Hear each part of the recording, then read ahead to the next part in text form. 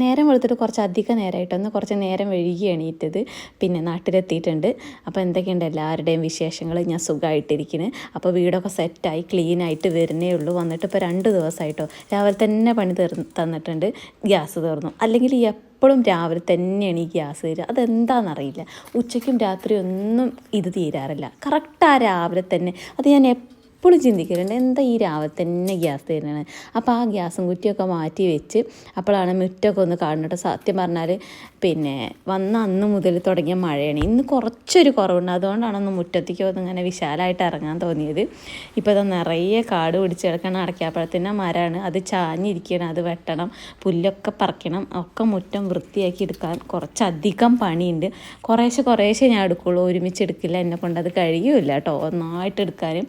ഞാൻ കുറേശ്ശെ ഒരു ഭാഗം നന്നാക്കി വരുമ്പോഴേക്കും അടുത്ത ഭാഗം എന്തായാലും കേട് വരും, അത് വേറെ കാര്യം. അപ്പോൾ അതാ ചാമ്പയ്ക്കൊക്കെ ഉണ്ടായിട്ടുണ്ട്. പോകുമ്പോൾ ഇതുമ്പോൾ നിറയെ കായ ഉണ്ടായത് കേട്ടോ. അപ്പോൾ കുറച്ച് തന്നെ ഉള്ളൂ.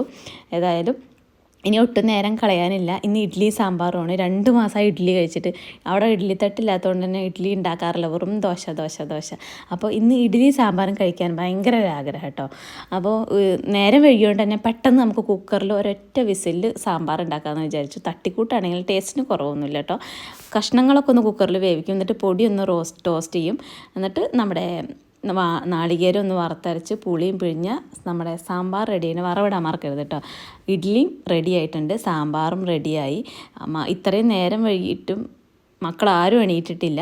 അതുകൊണ്ട് കുറച്ച് ആശ്വാസത്തിലാണ് പണിയെടുക്കുന്നത്.